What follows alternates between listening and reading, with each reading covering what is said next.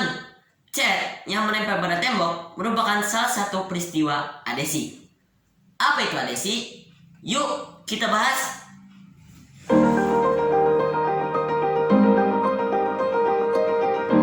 Assalamualaikum warahmatullahi wabarakatuh. Halo Sobat Dion, bagaimana kabarnya hari ini? Semoga pada semangat dan sehat selalu. Pada kesempatan hari ini, Dion mau ngajak kalian lagi nih berdiskusi tentang zat, wujud zat, dan perubahannya. Ini merupakan video part kedua, jadi buat teman-teman Dion yang belum nonton part pertama bisa kalian cek di sini atau bisa kalian cek linknya ada di deskripsi. Nah, sebelum kita mulai berdiskusi kita hari ini, ada beberapa yang belum saya bahas nih pada video kemarin, yaitu pada perubahan kimia. Nah, Dion, bagaimana masa suatu zat setelah terjadi perubahan kimia atau setelah terjadi reaksi kimia? Nah, ada hukum dasar kimia namanya hukum Lavoisier atau hukum kekekalan massa. Nah, hukum kekekalan massa ini berbunyi seperti ini tuh. Massa suatu zat sebelum dan sesudah reaksi adalah tetap. Jadi, dalam setiap reaksi kimia, zat-zat hanya akan berubah susunan atau komposisinya saja, sedangkan massanya tetap. Jadi misalkan ada suatu zat A dan zat B bereaksi, lalu menghasilkan zat C dan D, gitu ya. Karena ada hukum kekekalan massa ini, maka massa A tambah B sama dengan massa C tambah D. Begitu tuh. Nah, selanjutnya pada campuran. Campuran, teman-teman tahu nggak? Campuran bisa dipisahkan lagi menjadi dua atau lebih zat yang membentuk campuran itu. Nah, ada beberapa cara pemisahan campuran berikutnya. Ada penyaringan, filtrasi, penyulingan, distilasi, kromatografi, kristalisasi, dan sublimasi. Jadi kita lanjut ke diskusi kita hari ini. Nah, teman-teman, kemarin kita udah ngebahas tentang pengertian, sifat, perubahan, dan klasifikasi zat. Nah, materi hari ini adalah kohesi, adesi, meniskus, kapilaritas, dan massa jenis. Kohesi dan adesi. Sebentar teman-teman. Nah, apa itu kohesi dan apa itu adesi? Kohesi adalah gaya tarik menarik antar partikel yang sejenis. Sedangkan adesi adalah gaya tarik menarik antara partikel-partikel yang tidak sejenis.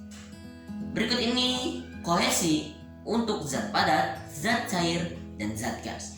Kohesi pada zat padat memiliki kohesi lebih kuat daripada zat cair, sulit dipisahkan. Seperti misalkan meja ini.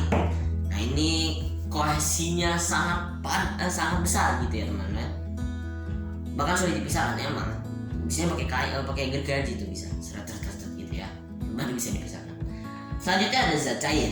Zat cair memiliki kohesi lebih kuat daripada zat gas.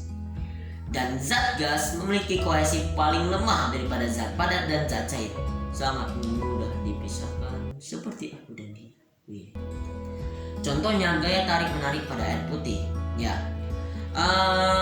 beberapa contoh lain pada kohesi ini bisa kalian lihat. Misalkan di daun-daun ya. Di daun-daun itu biasanya ada semacam genangan air gitu atau semacam bukan gelembung ya, yang genangan air di daun gitu ya. Nah, itu merupakan contoh kohesi pada zat cair gitu.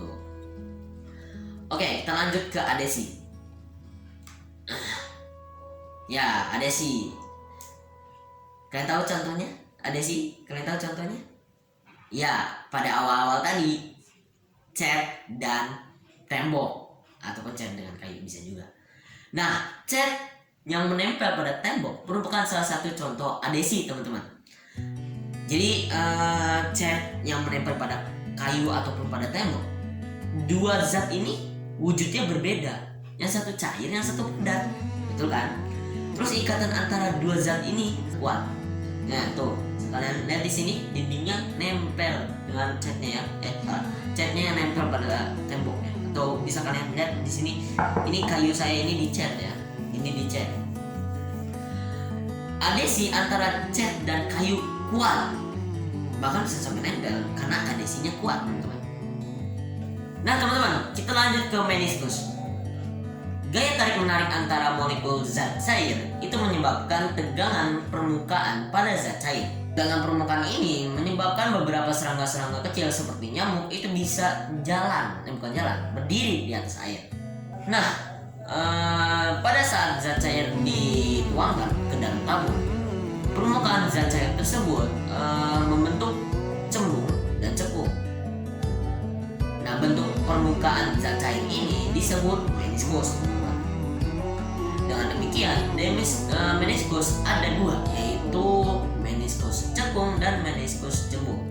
Nah, permukaan air dalam tabung yang membentuk cekung itu hal itu disebabkan karena adesi antara molekul air di dalam tabung dengan molekul tabung itu besar. Jadi hal ini disebabkan karena adesi antara molekul air dan molekul tabung. Berarti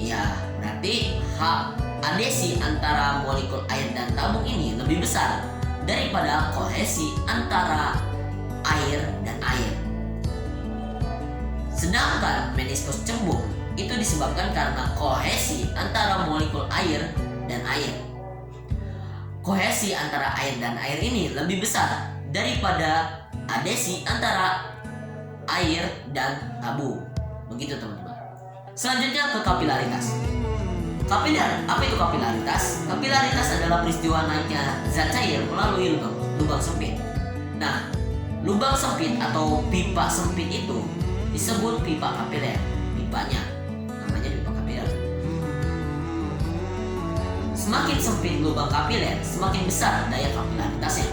Contohnya, terserapnya air di lantai oleh kain pel. Nah, itu merupakan contoh kapilaritas, teman-teman. Makanya kenapa airnya itu bisa terserap oleh kain pel, karena ada peristiwa kapilaritas. Mengapa kain pel yang terbuat dari serat lebih halus, teman-teman? Lebih cepat membersihkan lantai daripada kain yang terbuat dari kain parasut? Teman-teman tahu? Tulis dong di kolom komentar. Nah, selanjutnya kita ke massa jenis. Massa jenis adalah perbandingan antara massa dan volume suatu benda. Nah, teman-teman, beberapa peristiwa sehari-hari yang memanfaatkan peristiwa massa jenis ini. Yang pertama ada kapal selam. Kapal selam adalah kapal khusus yang digunakan untuk tenggelam. Ya, didesain untuk menyelam ke dalam air laut pada kedalaman tertentu. Nah, kapal selam dapat digunakan untuk keperluan pertahanan dan keamanan, ataupun bisa digunakan untuk objek wisata ataupun untuk kendaraan wisata, ataupun bisa aja buat keperluan penelitian dan lain-lain. Kapal selam dapat terapung, melayang, tenggelam itu karena massa jenis kapal selam itu bisa diatur. Kalau misalkan mau terapung, maka massa jenis kapal selam itu lebih kecil daripada massa jenis air laut. Kalau misalkan melayang, berarti massa jenis kapal selam itu sama dengan massa jenis air laut. Sedangkan kalau tenggelam, berarti massa jenisnya lebih besar daripada massa jenis air laut, gitu ya. Berikutnya ada tinta printer. Terus ada oli untuk mesin dan lapisan batu penyusun bumi. Oke, ada latihan diskusi 4 di sini ya. Dalam sebuah tangki terdapat bensin yang bermassa 15 kg. Jika massa jenis bensin 0,75 kali 10 pangkat 3 kg per meter pangkat 3, berapakah volume bensin tersebut? Kalau kalian tahu, boleh dong tulis di kolom komentar. Sekalian dengan caranya, teman-teman. Oh iya, ada juga pada adesi ini, pada kohesi dan adesi, ada latihan juga nih. Mengapa tetesan air yang berada di atas daun talas cenderung tidak menempel pada permukaan daun? Jelaskan berdasarkan konsep kohesi dan adesi. Oke teman-teman, cukup sekian video kita hari ini. Kalau kalian nggak mau ketinggalan video dari Dion, jangan lupa subscribe dan aktifkan tombol notifikasinya. Dan jangan lupa like dan share ke teman-teman kalian.